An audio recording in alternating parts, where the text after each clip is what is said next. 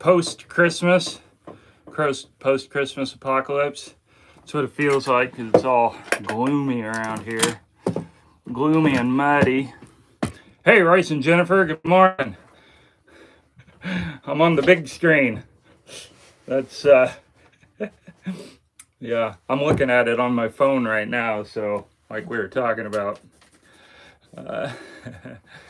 So, all right, well, it's just kind of gloomy around here, and it's been long enough after Christmas that I pretty much peter out on listening to Christmas carols by this time. That's another point of cheer. And then I still got my Christmas lights up though. So anyway, I'm excited though, because I'm pretty happy about working on this short film that I'm working on.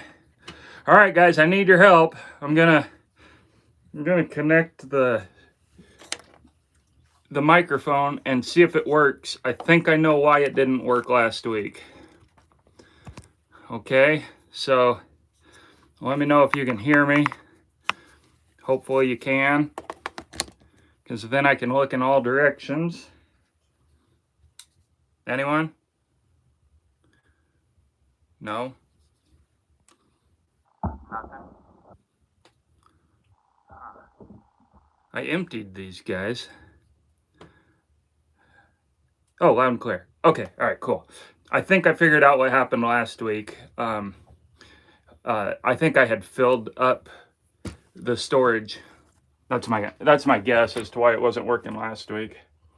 So that's twice now these didn't work, and I figured out why afterward. So it was always me. All right, so getting more and more organized in here, and I'm even bringing in some artwork. And finally got some noise cancelers. So like I keep saying about living in a tiny home like this, 8 by 14, in case any of you are new here. Using up the space really well makes a huge difference, and it gives you a big point of satisfaction. It's like, this stuff makes me happy as buying a new gun or whatever, you know? So these shelves were a big step. I was going to get a hutch, but I was afraid it was going to kind of dominate the space. So, and since I got these beautiful walls, there's no reason to hide them.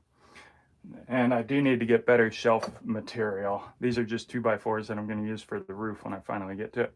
So anyway, but that made a huge difference, being able to put all that stuff up on top, because that frees up my cabinet, which is plenty of space, and I should have cleaned it before this, but it opens up my cabinet.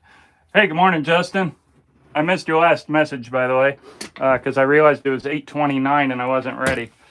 And so this is my food drawer, making up for space. And now here's what I'm really excited about, which might be really boring for you guys, but I solved my clothing problem, which I was storing down there amongst the dogs, and it was a hassle.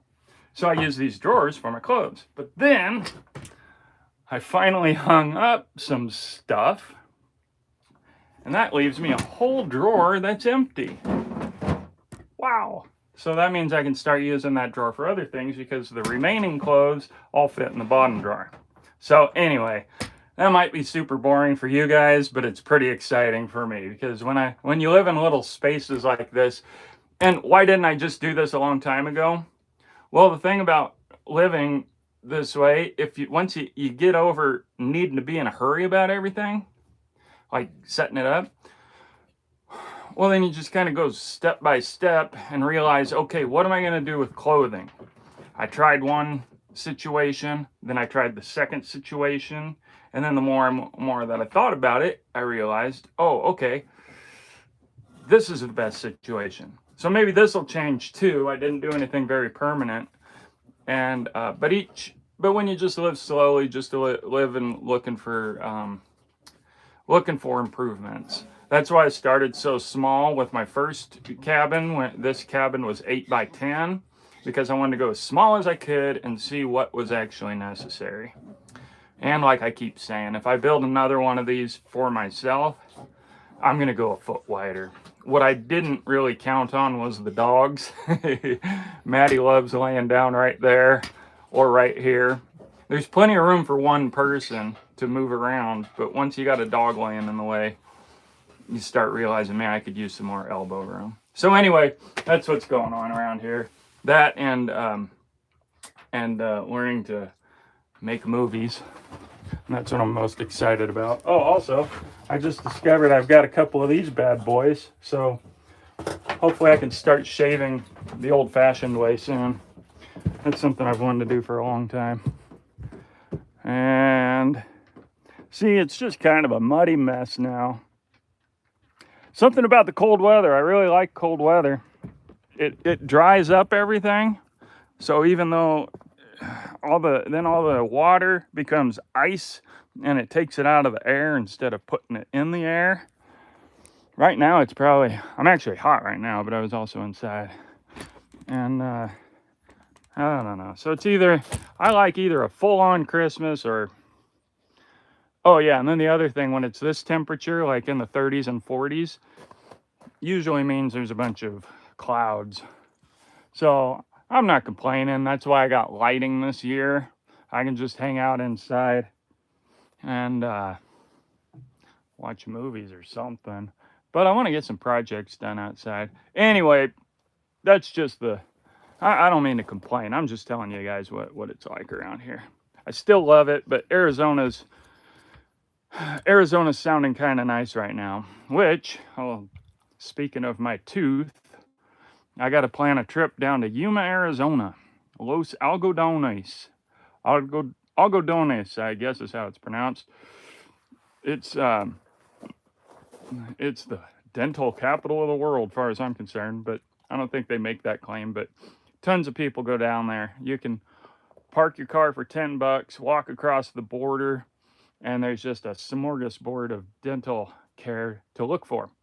And near as I can tell, it'll be about $750 to $1,000 for my tooth care, whereas up here they wanted like $7,500 for it. So looks like I'm going to be going to Arizona. I've been avoiding the pain, fortunately. Yesterday I ate some ice cream, just a little tiny thing, but one bite, I put it over on the wrong side just because it, you know, that's how you eat. But fortunately, I avoided any pain. So anyway, that's the deal on teeth. I've been keeping the fire going non-stop because my batteries do better if I don't let them get cold at night. And also the irony is, I think I mentioned this before. See all this wood down here? This is stuff that I got to chop into little pieces. It gives... And it's nice because it's got the hair-like stuff that's quick fire starter, and then it's got the pencil thick or whatever, Sharpie thick firewood, and then it's got the 3/4 inch to an inch. You know, you need all that stuff for building up a fire in the morning. But it's a lot of work to process it. And then you go through a lot of it to get the fire started. But if you burn all night, sure, it takes about 3 or 4 big chunks of firewood. But when you really think about once all the different grades up, getting bigger and bigger to build your fire in the morning, you pretty much use the same amount of firewood, but a whole lot less work. So, I don't know. Keeping it going overnight is a little more practical, but my goodness, I got to wake up 3 a.m., open the door because I'm sweating. And so not bad for winter, but it would kind of be cool to get 0-degree temps. Cool for me, but not for the poor animals. Speaking of the animals, got the horses down here. Poor guys. I tried to let them exercise the other day. I let her, oh man, this is funny. I let Namnamkin out. I let her out without a halter because I know her well enough. I was pretty confident that she wouldn't take off. I leave the halter on, as you guys know, to make it easy to catch her. But I thought, you know what, she can't walk around very well, and I want her to get some exercise. So I let her out without the halter, and it was fine. She was just hanging out up there. But this numbskull, you know, they go wacko. Whichever one gets left behind, they go bonkers. So she's pacing constantly, and I thought, well, she's getting some exercise too. I mean, it's not great because it's stress, but getting some movement. Anyway, long story short, up at the other pen, I've got this kind of fencing. This is horse fence because horses can't fit their feet through the holes and get caught on it. And I have it fencing off a hillside. Well, she took a couple steps, took another step, and she realized, this stuff's kind of springy. She realized she could walk right out of the pen up there, and I watched her do it. I was on the other side, couldn't get around in time. So she got loose. Now, both horses loose without halters, that makes me really nervous. So I quickly took my coat off because I knew I was going to be running. And I grabbed a scoop of grain as fast as I could, and I took off running. Fortunately, they didn't start running. She was actually standing, well, she was walking and grazing, and she was walking ahead. I don't know why. Comanche Moon loves me, but for some reason, she just wants to head for that gate and take for the hills. I don't know why. She wouldn't. I could leave her loose, and she only does it because of Comanche Moon. So anyway, long story short, I ran up there. Fortunately, they didn't run from me. You know, I know enough to calm down once you get close and stuff and not push them. But anyway, she started eating the grain, and I got a halter on her. So could have been a disaster. If they would have taken off, I probably would have had to grab all these panels. These are panels for those of you who aren't horse people. I would have had to grab all 9 that I've got and haul them with my truck out there and trap them. Because horses get more and more wild the more wide open they get. It was really a phenomenon when I had all 8 running loose out here, but that was all because of my gelding Beau. He was a special horse, as annoying as he was. And he's happy with a little girl now. So anyway, SBR deleted. That's how your name comes across. Welcome, Satin Wolf. Good morning. Hey, it's free. Free. Are you talking about the firewood? I think you made that comment when I was talking firewood. Yeah, these poor horses. I need to get them out, but for those of you who don't know, I can't ride her because she's got a problem with her hind foot. Oh, and I missed a good morning. Morning, Stanley. Oh, no, you said it's working. That's right. And Blackjack Creek, good morning. And, yeah. So, anyway, what I really need to get on is this roof. But I want to move the trailer. I just ordered a couple of car jacks because the one I bought was bad. I want to move it over here into this flat spot that I've got. And, as it's too close to the cabin. Down here in this flat spot, it'll be nice. It's got a big flat area, so it'll have like a little yard and be a nice little area to set up and probably Airbnb it this year. And then I can move into my cabin over here and remodel it. So anyway, that's what's going on around here. Something I love around here is this grass here. I've talked about it before. This grass, the horses don't really like it. When I had all 8 horses, this is the only one that would eat it. Because she spent the first 3 years of her life running wild on the reservation. And so she had to survive through the winter. And this is what horses and deer and used to be cows, back when this area was first settled, we had, they'd put them out on winter range, and they could eat this grass to keep them alive through the winter because it grows so tall. So even if there's, and a lot of times it has seeds, so it has kind of a grain has a grain benefit to it as well. So as you can see, this stuff here is 6 feet tall, some of it. So even if we had a hard winter and had 3 or 4 feet of snow, you can see how much of it's still available. Oh, I started yelling because I'm far from the camera. You can see how much of it is available to graze. And then, even if they eat that down, it wouldn't be hard. Horses paw at snow to make the grass available. So you can see how it wouldn't be hard to paw the snow away. And that's why this area, we have our mild winters that I'm complaining about. And, and it's even more mild down in town. And that was the main wintering area. So that's why this place was such a thriving cattle area, versus like Montana, where they just have harsh winters and it was hard for them to winter. And then this is another one. You can see this one's 7 feet. I forgot to move the camera. Maybe you can see it. This is called bitterbrush. And right now you can't see it in the video obviously, but it's got these little tiny green leaves all over it. And the horses love this stuff. So as you can see again, 3 or 4 feet of snow, it's still exposed. And when I've had horses penned up with regular old, crap. Is the mic not working? Folks? Oh, okay, well maybe I wasn't using the microphone at all. Maybe it was the cell phone. Gosh darn it.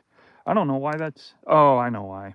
Stupid Apple. I got an iPhone, and Apple thinks they're so cool by using all these stupid connectors. Sorry, I get really irritated with Apple. I still like it over Samsung, but so dang annoying. We just went through a major update for iPhone, and now my phone is just annoying. Like, they made everything that I do with it annoying. So anyway, that's my hate for Apple. Okay, well here, this is what I was talking about. You can see the little green leaves on this, and it's good winter feed for the horses, or for horses and cows also. However, people don't really winter graze anymore. They bring them home. Everybody, back then, a few people started growing hay out here because we had a horrible winter that killed a ton of cows, and then they started stocking up hay just in case.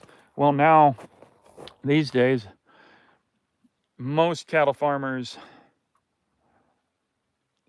their primary stuff is hay. So we've kind of switched.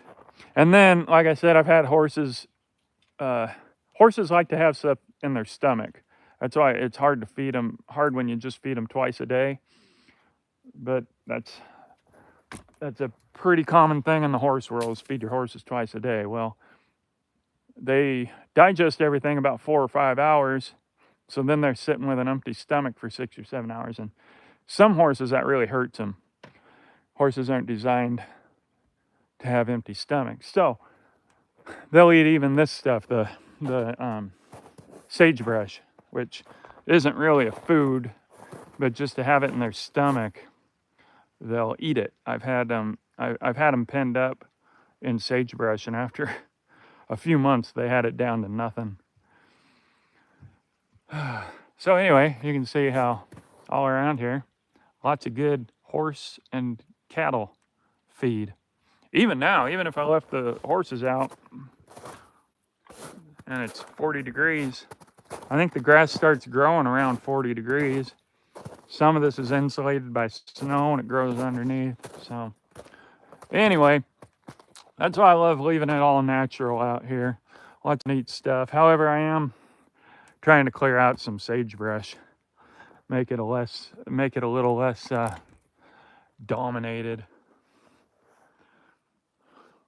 All right, well, I guess everybody can hear me. I'm gonna have to get a new adapter for my microphones.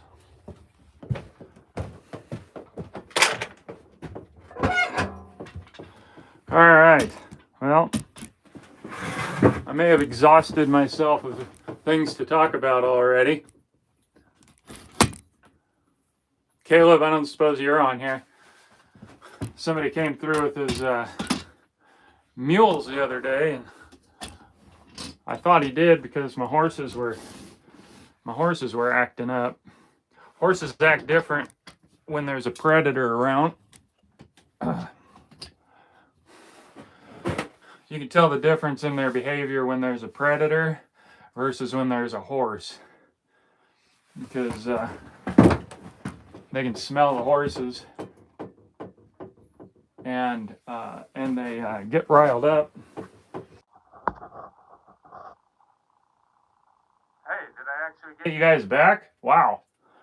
I almost canceled it, figuring because it never comes back. Yeah, Jennifer, Royce, Jennifer, I moved my insulation there to block the door, and I accidentally knocked the power cord off my battery, and I killed the internet and lost you guys. I can't believe that it came back. I thought I'd have to start a new one. Wow. Because remember back at the other property when I'd use cell signal, and I would lose signal, and then I'd never get a show back. So, wow. Whew. Blown away. All right, that's a relief. Well, just self-sabotaging around here. So anyway, don't remember what I was talking about, but glad you guys made it back.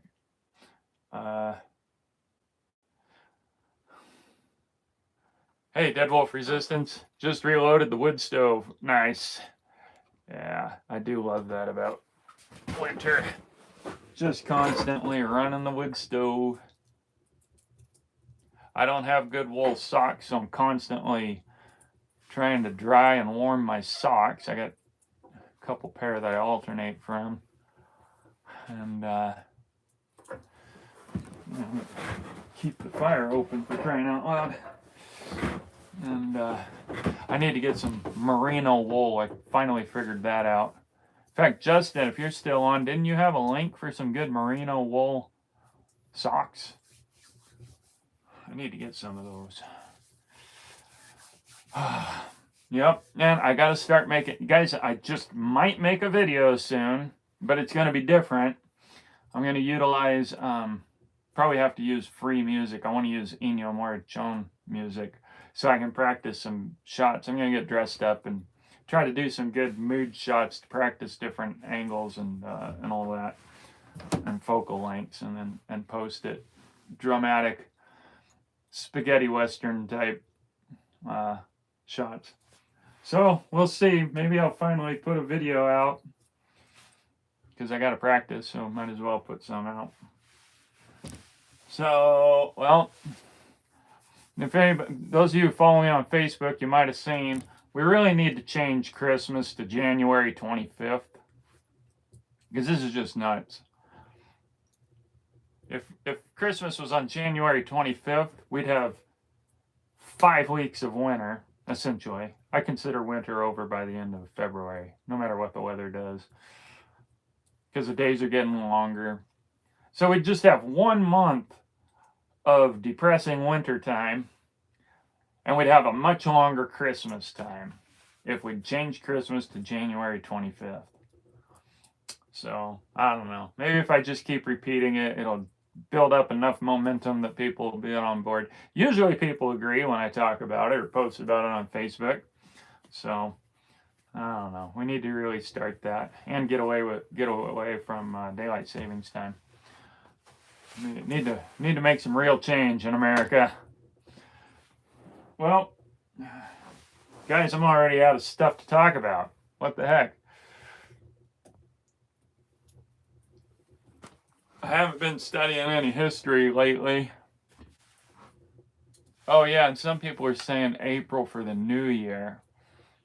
I don't mind the new year because, I mean, it's based on the shortest day of the year. Wait, no, it's not. Isn't it roughly? I mean, it's supposed to be like, I don't really care about the philosophy of the new year. I wouldn't care because spring is kind of exciting too because that's when the life starts. So I get the idea of changing it to spring from that point of view. But it would be kind of weird if we had New Year's and then Christmas. So I'm on board. As long as we get Christmas moved, that's the most important thing to me. The New Year, sure, that works too. So anyway, oh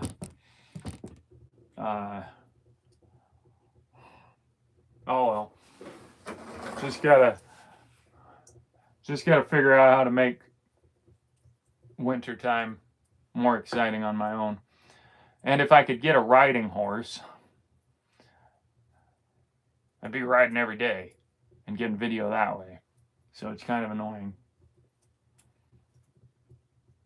But there's one horse I'm looking at down in Oregon, but I got to drive down there, visit the horse, decide if I want it, and then I got to drive back down there with a trailer. And I just don't want to go anywhere. But it's a beautiful horse, could be a good one. It's a Palomino. I really like the idea of having a Palomino. And it's a good deal if it's a good horse. Yeah, the new year is after the solstice, so it's not like it's exact. Yeah, I just don't care. You got to figure, it's hard to make those decisions because it's like, do I care about it because I grew up that way, or do I care about it because it actually makes sense? So springtime makes sense to me. And if that was the bargain, move Christmas, but you also have to move the new year, I'm totally down for that. Works for me.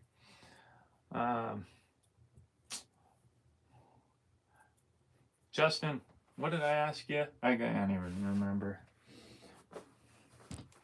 Oh, yeah. Man, here's another upgrade out here. So I couldn't keep my socks dry. I'm wearing my tennis shoes so that I've got some kind of traction instead of my cowboy boots.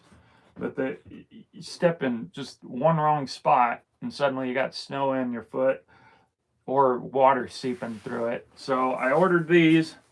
I hate to buy brand new clothes, but I ordered these boots because they're insulated and waterproof. So now my feet aren't cold and they're dry. And they were on a big sale. I only paid $35 for them. Usually boots like this are like 50 or 60 for a good deal on them. And of course you can pay anything more. But so I just got them. And I did have these bad boys because we had a lot of snow and ice for about 2 days. So I ordered these, but they wouldn't stay on my boots. So I'm going to send them back. And besides that, by the time I got them, 3 or 4 days shipping, I needed them for like 1 or 2 days, and then I didn't even need them anymore. And the way winters are around here, I may not need them all winter. And with these, I'll have enough traction, so even if we do get more snow. It's so rocky around here that things like that don't work very well. I mean, it'd be fine if I was like just on a flat surface, except they really did start slipping around my shoe. So anyway, that's the fun stuff. Get chains on your feet. It was nice when they worked. It was really nice. But we'll see. Dead Wolf Resistance says that first outdoor cooking fire that I make sometime in late April, that's when the New Year starts. Yeah. Back when I used to have a barbecue, that was always exciting. Except now I just cook with the door open, so it's not quite the same as exciting, but yeah. Yeah, I get it. A lot of excitement for spring, so it would be it would make a lot of sense to move the New Year into spring. So maybe I'll just add that to my advocation for improving winter. We'll see. So, well, little by little, making improvements here. I want to set this up nice so that people can visit, and also when I do my film, then I can use it for people up here. And Airbnb. Does anybody use an Airbnb? I hate that company now, and I've seen other complaints about them. But HipCamp might still be a good one. I don't know how active that stuff is anymore. used to be pretty active. Lots of people using Airbnbs. It's such a bad company anymore. They don't support the guests. Stanley York says after all these years, it doesn't matter to him. Yeah. Well, have you figured out how to endure the long, dreary winters? Is that what you're saying, or you just don't, or it just don't matter? VRBO. Oh, yeah, I forgot about that one. I'm curious how active those are. As it used to be, pre-COVID. Well, and I think during COVID, people were doing a lot of Airbnb use, but kind of seems like it's slowed down because it seems like everything is slowed down, due to the economy.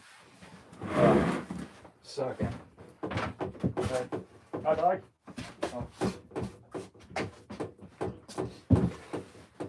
I'd like to find out from people who actually do it. Oh, interesting. Was that on your birthday?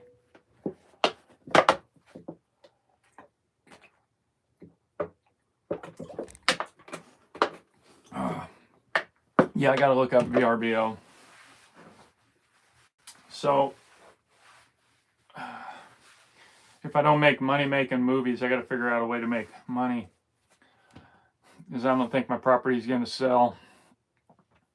It's a bad time to sell property. I should have tried to sell it right after I bought it. Yeah, life's about learning, not about making money. But anyway, yeah, property isn't moving like it was.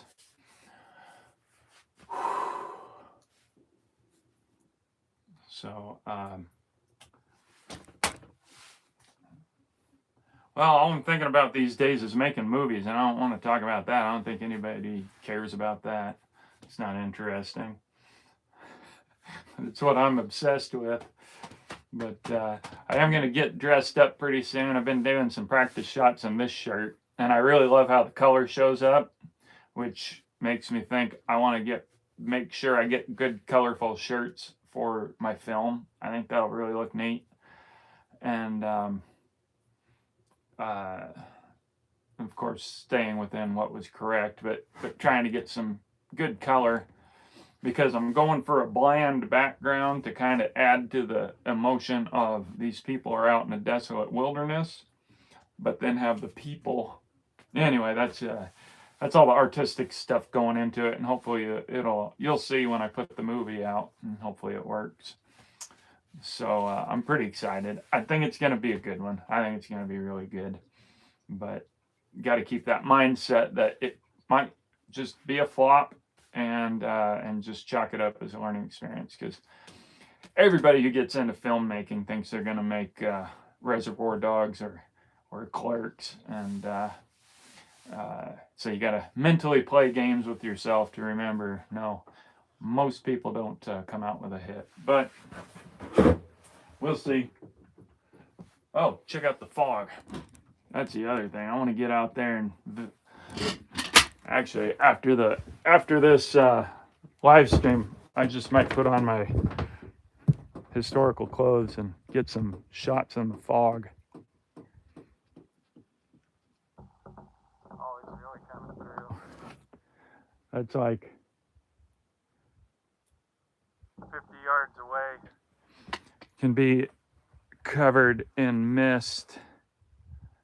And with this lens I got, 50 yards isn't bad at all. All right, well, see, there's a way to make the wintertime more exciting. Actually, somebody once told me that because they were into skiing, because I always hated winter. I like winter now, in spite of all this complaining I'm doing, but somebody was into skiing, and he said, that just makes me excited for winter, and I don't want winter to end. And although I didn't want to get into skiing, it just creates an interesting dynamic of, well, you just find a hobby. So Up, Justin's responding. I'll explain to you guys in case you don't get it. No, you can't wear color to portray the late 1800s. All the reenactors on Facebook only wear 50 Shades of Brown, and they tell us we're too clean when we wear colors. Yeah. Yeah, folks, we all look at Old West photos. We've all seen them. They're all black and white. And we get this idea that everybody was unhappy and wearing shades of gray, shades of brown. And that's just not the case. You know, we forget, like somebody pointed out, that yellow shows up as, I think, black, or at least dark gray. So somebody could wear a bright yellow shirt, and then us looking at the photos, we'd think, oh, he's just wearing a black shirt. So that's a great example of how we get misled about the Old West. And then, of course, stupid Hollywood makes everybody look like their clothes are all tattered and rolling around. I've been watching spaghetti westerns, and I love spaghetti westerns, but my goodness, it's annoying.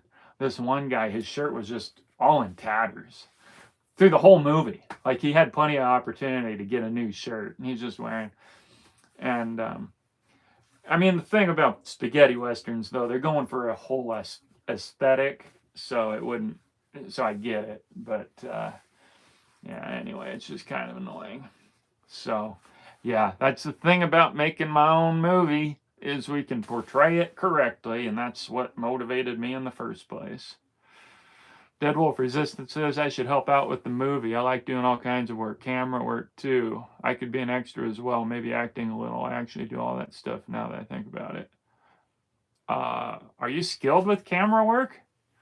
If so, message me, and I will pay for your airplane ticket to get out here if you've got some camera skills.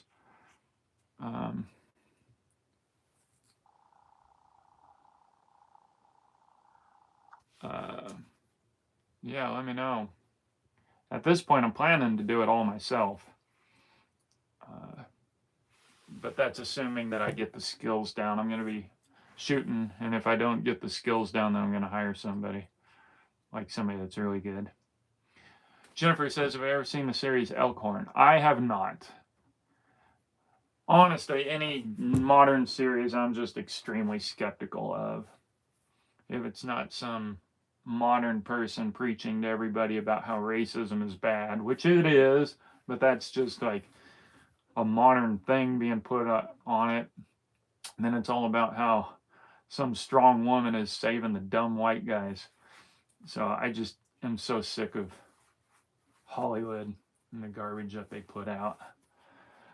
So if you want to if they want to make that stuff, make it in some modern setting, but don't make a historical film that then people go away from it. Anyway, all right. Western like series. Oh, is it a modern series? I'll stay off my tangents and rants about modern westerns. Western movies made modern day. Well, heck, even the old ones aren't even that great. Anyway, let's get off that topic. No, I've not seen Elkhorn. I probably won't, but I hope you enjoy it. Hopefully it's good. We'll see.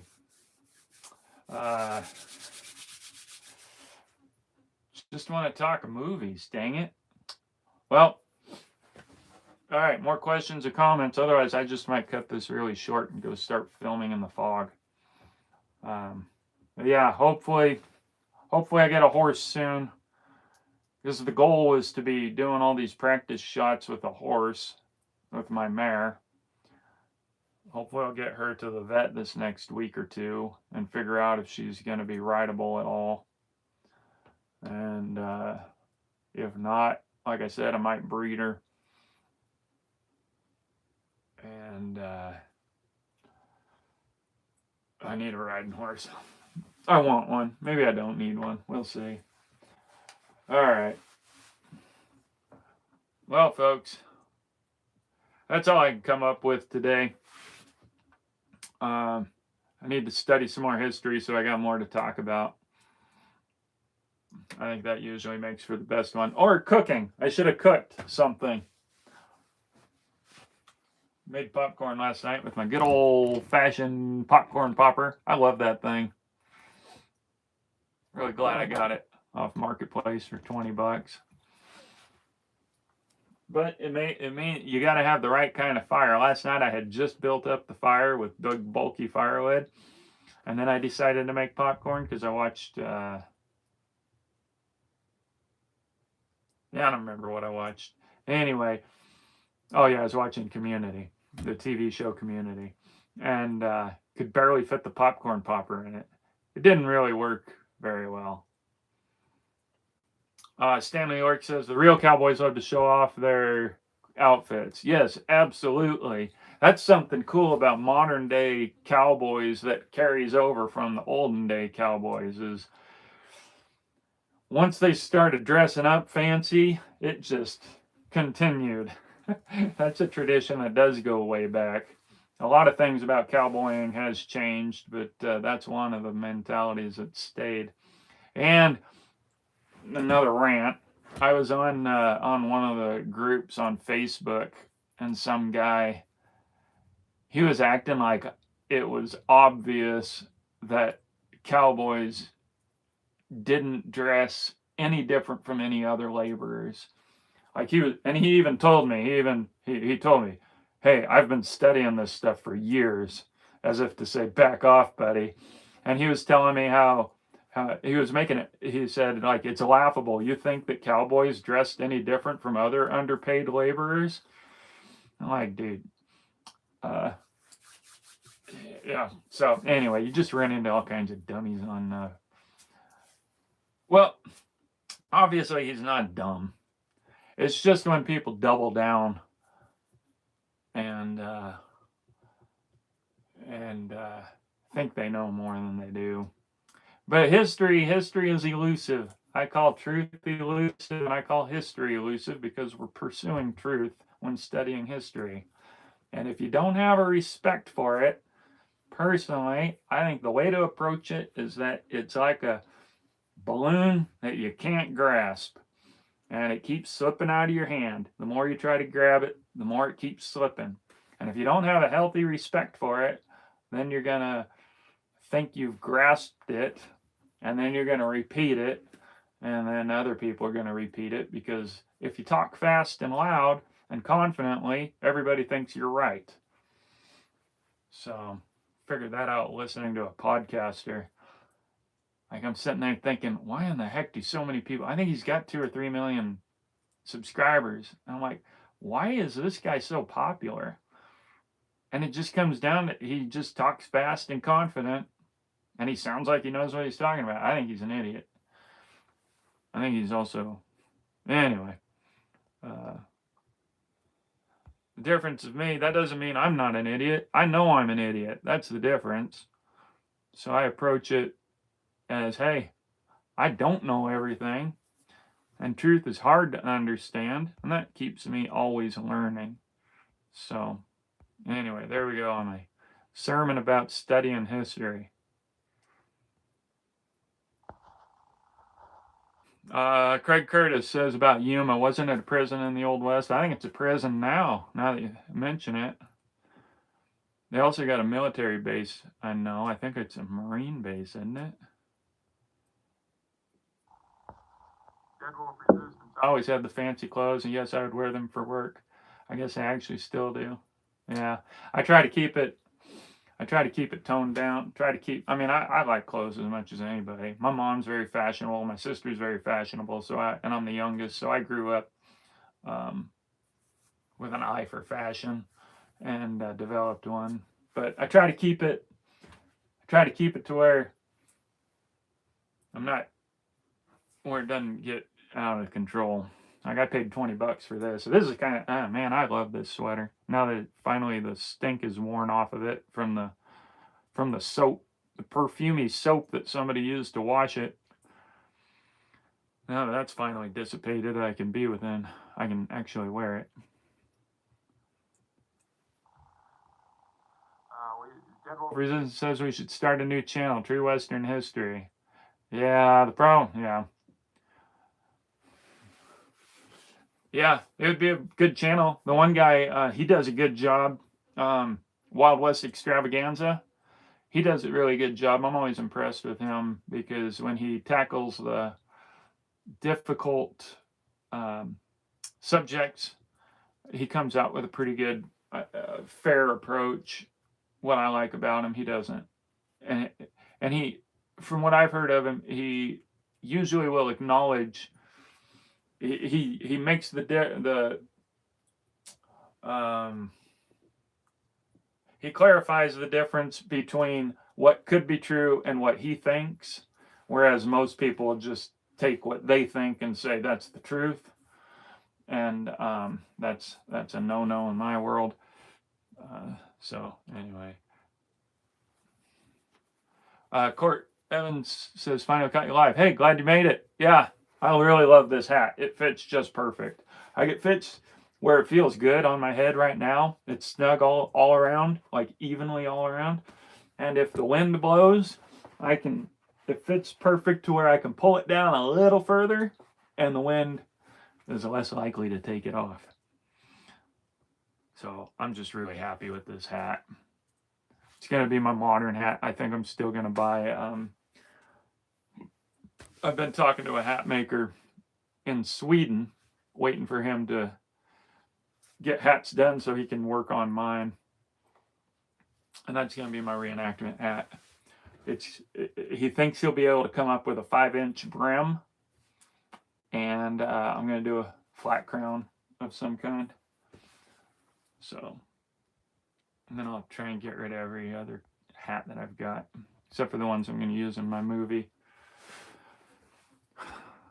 So yeah, a Western history channel would be interesting, but the problem is it takes so much time. I'd have to devote myself to that because, especially with my approach, you can never study enough. So, but I don't know. I'd like to cover the 70s cowboys since I've been researching that, but my movie is priority. Getting this movie figured out and filmed. Hey, Benjamin Harris. All right, well, I'm glad I didn't end it. Ben just stopped in. I trust you have coffee in your hand, and glad you made it. I guess I could make some coffee. I don't need it, though.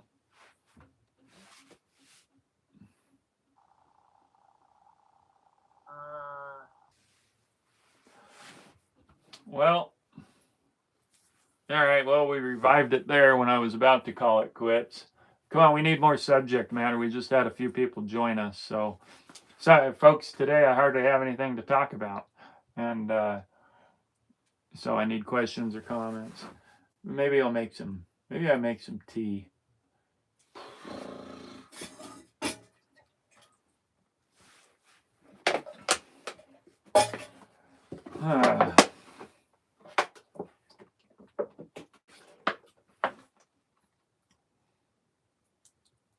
Steve Whitman asked if I have to run into town to get water. No, I sure don't. That's one of the joys of living here. I've got a well, artesian well. So it's constantly, water's just constantly coming out. And it's one of the reasons I got the horses in this pen here, because I've got a long hose going from my well up to their pen where I had them, where they've got more flat space. But it's such a long stretch that if it gets really cold at night, it'll freeze up the water and it won't flow. And I need that water flowing to keep it from freezing. So that's why I moved them down here, because right down here, it's a short enough flow that the water doesn't freeze and it keeps their water from freezing all night. It's so great. Anybody that's got animals would envy what I've got here for water. Because it can be down to 5 degrees outside, 10 degrees outside, and I'll just get a light slush over the top of it. It won't even freeze, or maybe it'll freeze on the edge.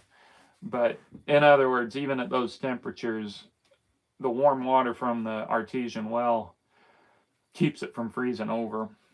And when I say warm, I don't remember how deep the well is, but they say around here our ground temperature at about 36 inches below the surface is our frost line. So anything below 3 feet is, they say it's 57 degrees down there. And that's why a cowboy friend of mine, he told me a story about him and another guy. They're up in the mountains. I don't know if he was there or he just told the story. And some guy, they got caught in a blizzard or a storm. This is what, one of the guys disappeared and the other guys tried to stay warm. Anyway, this guy came out and they said, "Where were you?" He says, "I was in that cave staying warm." So he went in the cave, managed to stay warm. Why he didn't tell his friends, I don't know. Maybe they weren't his friends. But anyway, if you can find a cave around here, you should be able to survive. But that's pretty unlikely in most places. But that's why I want to dig underground, because keep warm in winter and cool in the summer. So I'm looking forward to this summer. I just might rent a machine and just go around and excavate everything that I want to do rather than digging it by hand. I just got too many projects to dig by hand. If I wasn't making this movie, then I wouldn't be, so then I'd have more time. So anyway, guys, if you don't believe in organic coffee, this is going to be too much information, but my stomach was upset. We'll just say that. And I didn't know why, because I didn't really change up anything in my diet. And then I realized, because of the store where I got my coffee, they quit selling it. So I've been having to buy other coffee. It's really irritating. And it finally occurred to me, oh, well, I'm still buying the orange bag, but it's not the organic stuff. So I bought organic coffee yesterday when I went to town. And now I'm not getting an upset stomach from it. So they say there's a lot of hoaxes especially with coffee. They say that the organic stuff isn't regulated. But I tell you what, I can tell a difference. So glad I figured that out, crying out loud. So I went back to Starbucks and bought an organic coffee that I used to buy years ago. I actually like Starbucks coffee. Some of it's not good to me. Anyway, it's my little rant about organic coffee. Pattern 51 lover. Hey, glad to see you again. I'm glad you made it back. I'm not recognizing the username though. Benjamin Harris, firing up the skillet. Guys, I screwed up. So down there in Arizona, I told you about that guy. He had a deep dish, huge pan, like mine, but like 3 times as big. And me and a few of the guys, we had gone to town and bought up a whole bunch of bacon. Well, this guy threw it in his pan, cooked it up for everybody, and did an excellent job of cooking it. So we had this pan full of bacon. There was enough that there was leftover bacon. Like, you never get leftover bacon. I don't know, not in the world I grew up in. And when I got back, I thought to myself, all right, that's going to be my weekend ritual. I'm just going to make a big old pan of bacon. And I did it a few times, but then I keep forgetting to buy it. I would keep it up. I was just in town yesterday. But I totally forgot. That's what you reminded me there, Benjamin Harris, firing up the skillet, because I assume that you mean you're cooking that for bacon. And, yeah. Oh, Mike Scott says, I've been reading The Log of a Cowboy by Andy Adams. Guys, if anybody of you want to read a good cowboy book, that's the one. It's been entertaining, but just curious if you've read it and how accurate it is. Yeah, I've read it. Now, there's a general problem with reading those kinds of books. So for quick sum up for you guys. Around 1910, 1920s, 1930s, it was really popular to reflect back on the frontier life. I've mentioned this, so I'm not going to go into it a whole lot, but that's when a whole lot of books were being written. That's when Charlie Siringo, he was looking and seeing how people making money because he was broke in his old age. And he even says it in the foreword of his book, which is another good book to get. And he says he needed money, and he saw other people writing, and so he wrote a book because, like I said, it was really popular. It's like they realized, oh, all these old timers are getting old. We need to start remembering. And it was kind of like by that time, the frontier had gone away and life had changed, and they realized, it's like collectively they started to realize, you know, we really had something special there. We need to remember it. And so anyway, all that to say that a book like that, written as a reflection, there's inherent warnings to keep in mind. So overall, yeah, it's an accurate, excellent source of information. And it's one of the best out there because it covers all the here,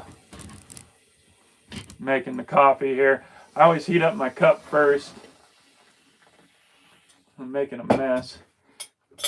So that book is great because it covers a brand new guy getting hired to go on a cattle drive. And I don't think he did a second one. And that's why, again, about talking about history, it's so annoying.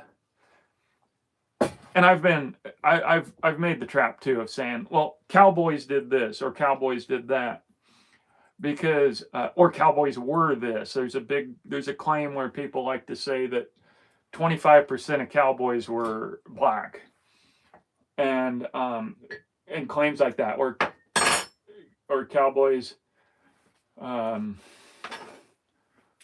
bought expensive spurs. Just generalizations. Of the cowboys that went up on the trail, there were those type. I think he only did one. There was a lot of guys who went up the trail just once because it was really dangerous, especially in the 70s when you had, for one, you had the night stampedes.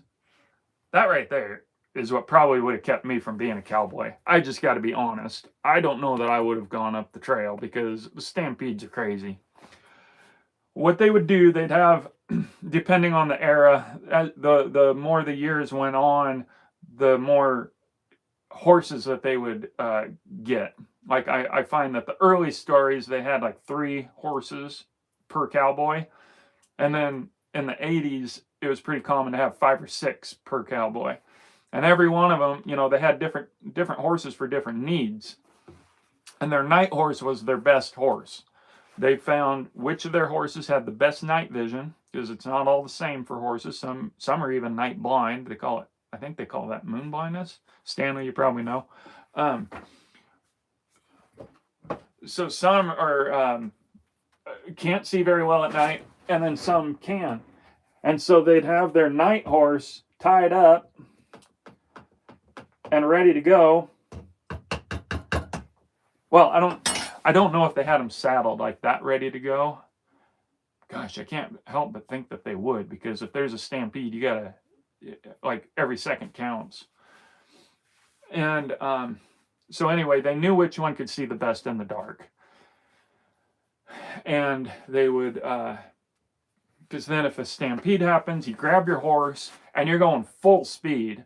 And if you've never gone full speed on a horse, sure, you say 20, 25 miles an hour isn't very fast, but on a horse, it's pretty dang fast. And it's plenty fast to hurt yourself. I flew off of my horse going at a fast run. It's a pretty funny story. I don't think Jose's on here. I told it to him. And anyway, so you're completely relying on your horse's vision. That's the point of that story. which, okay, they can certainly see better than we can, but you know what they can't see is little holes, prairie dog holes, or just whatever the hole might be from, or a big rock, something that makes them trip and fall or break a leg. It's funny though how few stories I've read. I don't think I've read. Well, no, there's some. There was a lot of deaths from stampedes at night, where they'd count the boys in the morning and realize someone was lost, and then they'd go looking for him and find him dead under his horse because it ran off of a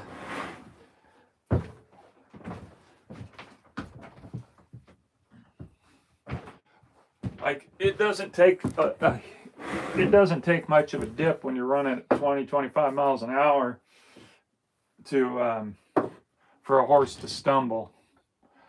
That's why most people these days they won't ride their horse unless it's in an arena. One of my favorite horse experiences was riding full speed chasing a young antelope in Montana on the Little Bighorn grounds. But we were up on a hill, so there was less likely. It was pretty smooth. But anyway, I forgot why I started in on that. But oh yeah, trying to answer about that book. All right, let's go back to that. So the thing about those is it's a memoir. So first off, we're counting on memory. Any account, even an account from a day ago, is a memoir, so to speak, and we're counting on our memory. And most people, we've all learned one way or another, whether in school or security guard training or cop training, that memories are pretty fallible. You can have three people give an account of an arrest that or a robbery that took place, and you'll get three different stories.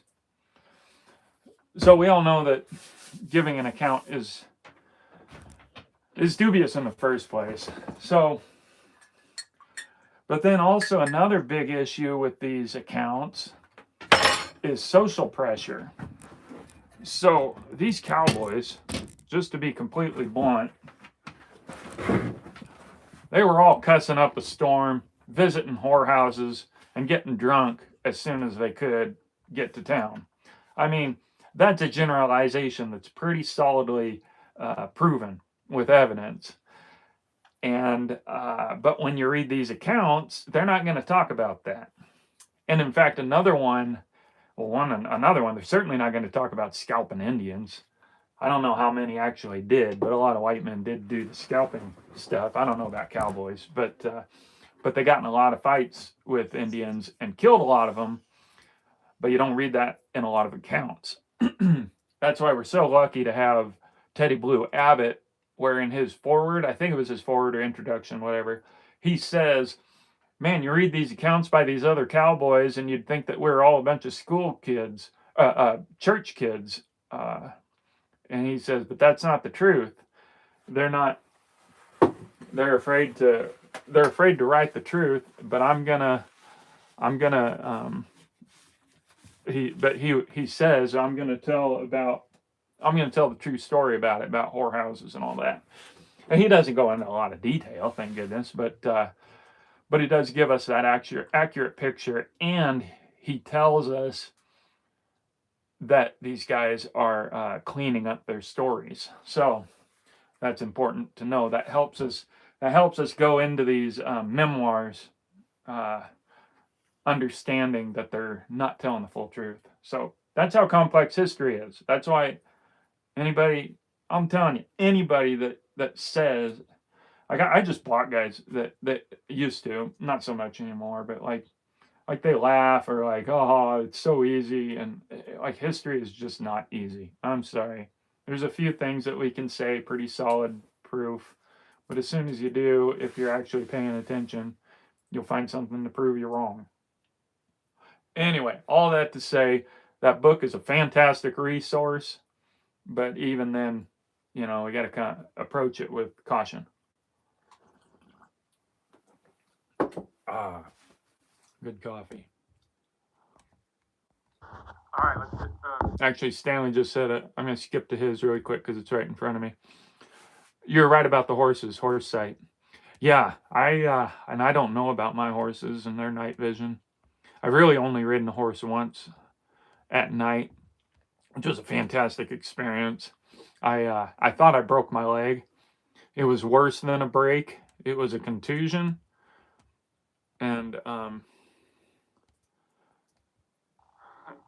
bad.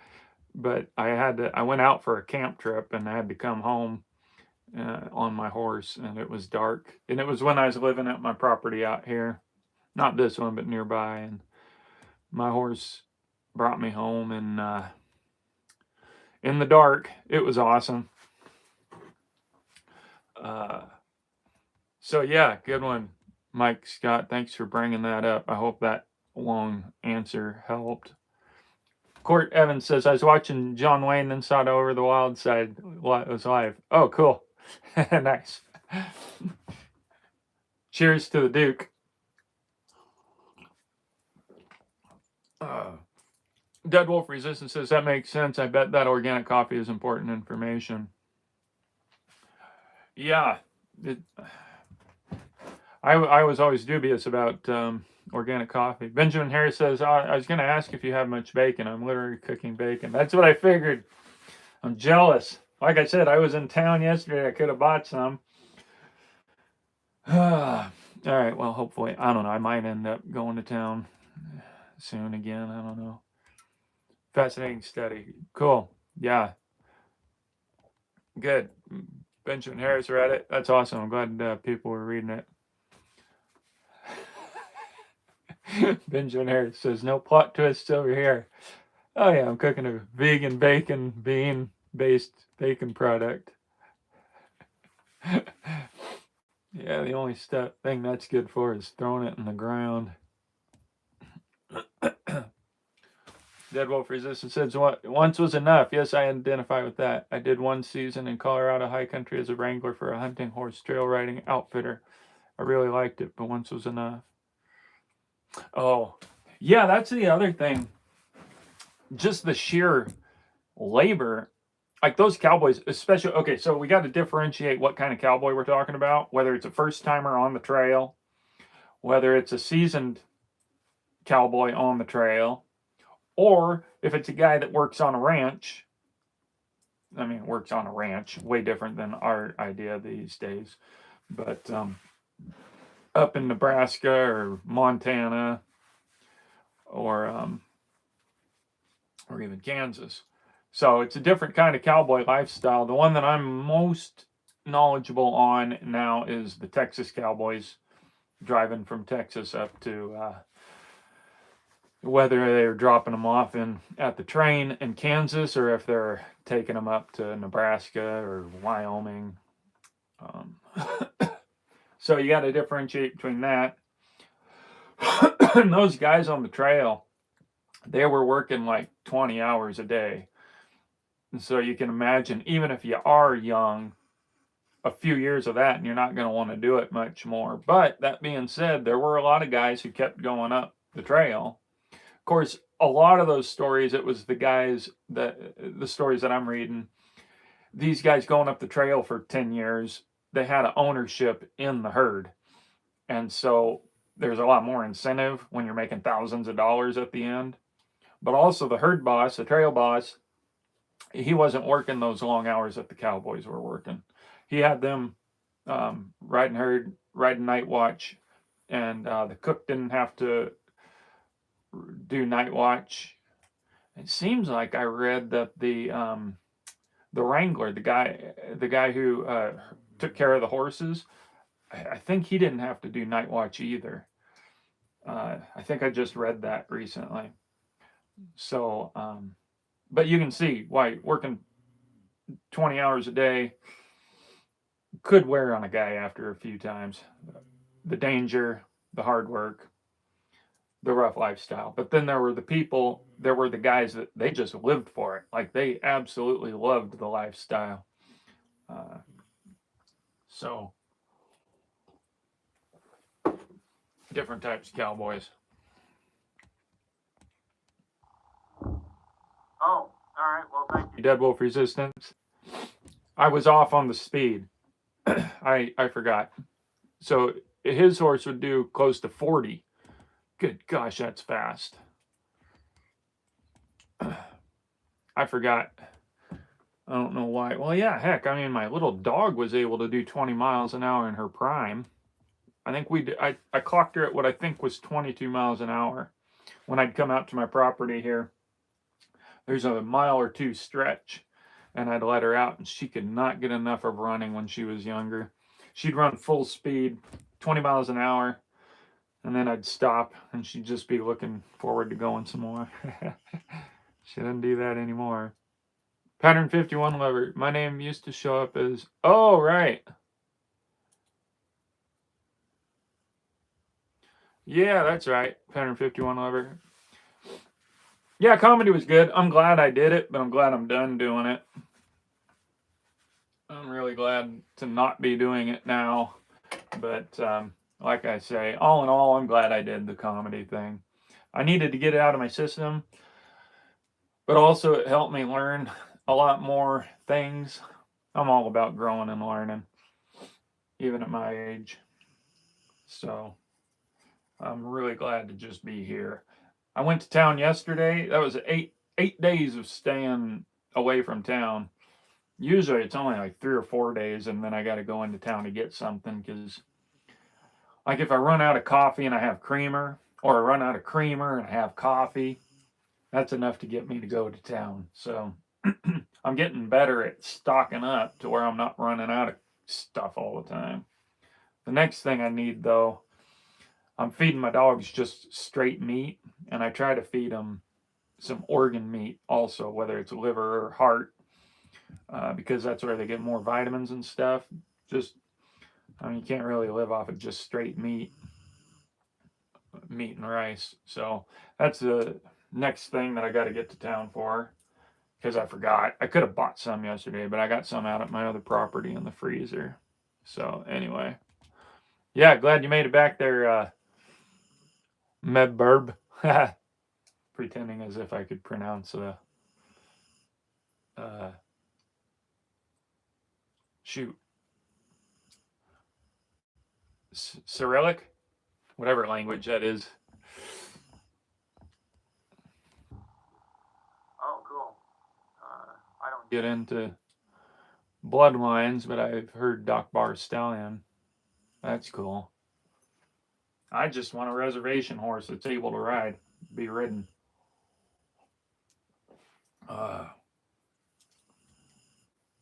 yeah, so that's the problem with studying history.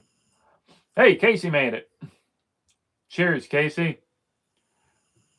Town ain't too far away, but it's a rough drive. So it's kind of a hassle. Also, because I'm driving my diesel, just doing a round trip to town takes me about probably 4 gallons of gas. So just going to town costs me $16. And so that adds up fast. I have a friend down on the paved road, and she let me park my car there so I could park my truck and then jump in my car and get 30 miles per gallon, whatever I get in town in the car, probably more like 25 in town. But anyway, I was able to drive that car and save a lot of money. I need to check with her and ask her if I can do that again, because that was really helpful. Medved. That reminds me of Michael Medved. I used to listen to him when I was in Seattle. Today's topic, snow and mud. Yeah, that's what it was. That's what I started out with. Mud and gloomy skies. I was complaining about winter. I wasn't complaining. I was more just specifying the ins and outs of winter in my region. How I imagine you've got similar temperatures over there, Casey, where it's not even freezing at night. But the fog's still here. So as I was mentioning, I don't know. I might not put my cowboy clothes on because, with my luck, if I take the time to change into my outfit, the fog's going to dissipate and I'll miss it. It's just practice photos or video anyway. So I'm going to try to get some video after this. Otherwise, I was mostly talking about the finer points of my simple life.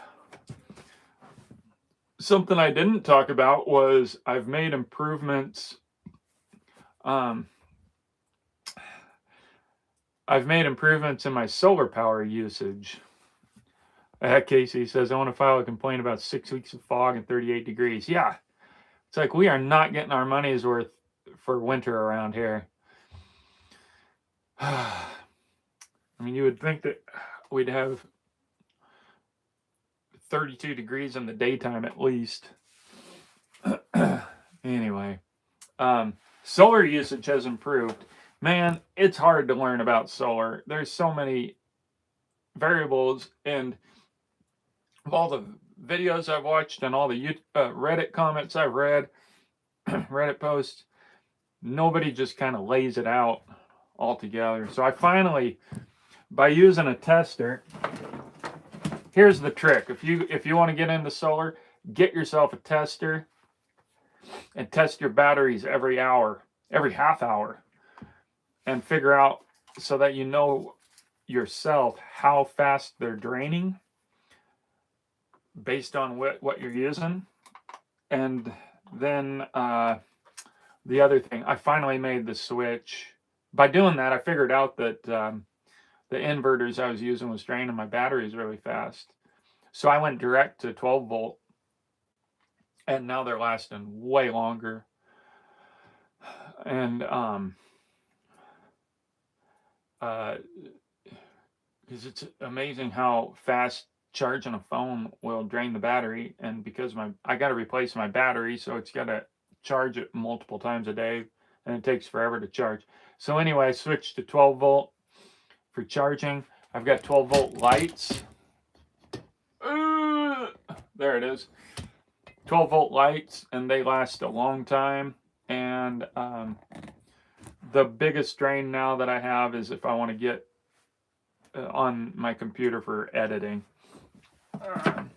But anyway, so I was thrilled to find that out, and make little improvements little by little. So there's a lot of little complexities to living off grid. I mean, it is pretty simple to just get into it, but there's nobody, and there's a lot of great helpful videos, but like I say, it's why I kind of wish that I would have made a channel. If I go in retrospect, I would have just done all these things that I'm doing that I find an interest in as a beginner, and then I'd make a beginner video on how to do stuff. Like, there's a ton of horse information that I learned after a few years, and I thought, why didn't people just lay this out at the beginning? And because I was watching videos constantly about horse stuff, and there's a lot of good info, but it's like one person says something helpful there, one person says something helpful there. And same with solar. Lay out all the basic info that can get a person started. And what else? Just stuff like that. Anyway, so that's my rant. Okay, we need questions and comments. Otherwise, it's about time to. Looks beautiful compared to Kentucky. What are you dealing with in Kentucky? Man, I would imagine in Kentucky it's even warmer, but maybe not. But there again, the temperatures aren't really it. When we did have our little cold snap, as I call it, where it was staying freezing during the day and getting cold at night, it was a lot more pleasant then than when it's not freezing at night and it's getting up into high 30s, low 40s in the daytime, because that humidity just makes it miserable. And I'm not complaining. I mean, I'm still enjoying the winter. I'm just saying the differences. It would be nice to get a legit winter, and how it's actually more pleasant to go with a actual cold winter And also snow just makes me happy if we could get some snow. So, but at least it's not windy. Really glad it's not windy. Casey says, I put LED lights on the trailer. They have basically no draw on the marine battery. My friend built a homebrew solar charger for it, and I'll re-up in about 2 hours. Nice. Oops. I'm surprised you went with a marine battery. Lithium ion. Is it a lithium marine battery? Because there's one on sale. I just saw it on Amazon. $115 for a 12-volt 100 amp hour battery, which is used to be a good deal. Was $160. Now you can find them for $115, $120, and I gotta go. I gotta go set my solar panels up. I think I've got them. I don't have them. Standard battery. Well, if all you're running is those 12-volt lights, you'll be pretty good. But man, these lithium batteries are pretty impressive. So that's the other thing. Hopefully, I get enough sun that I can get my batteries topped off. I'm doing fine, but get a little wary. I like to watch a movie at night, and that uses a lot of battery power. But it's fun. All I have to say, living this simple life is way more comfortable than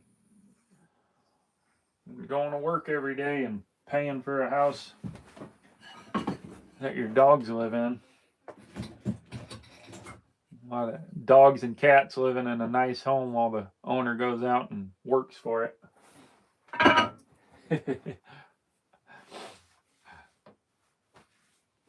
So anyway, all right, well, might need to call this quits. Keep going. Appreciate the comments and questions, and if anybody hasn't bought that book yet, I'm impressed with how many of you guys have read that book by Andy Adams. So pretty sure it's pretty cheap on Amazon if anyone else is wanting to check it out. All right, well, thanks everybody for joining.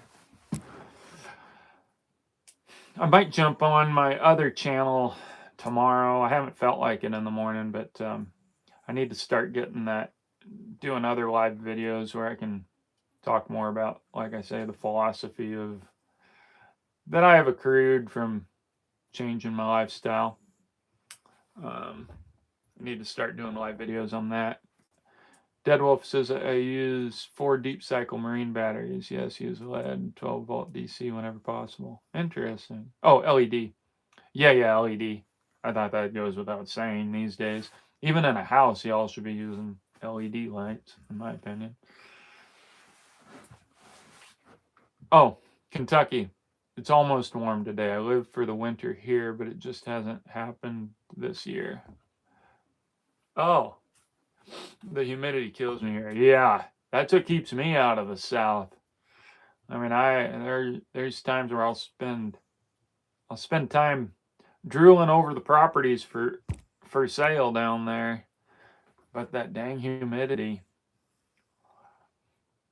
I've seen some really cool old cabins out there. Prices went up, but it used to be really cheap. So anyway. All right, folks. So I'll post if I do anything live on the other channel if anyone's interested in that one. And I'm glad we got this for Love Talking History. So thanks, y'all, for joining. And I hope you enjoy your winter wherever you are. And remember, life's a lot more fun over on the wild side.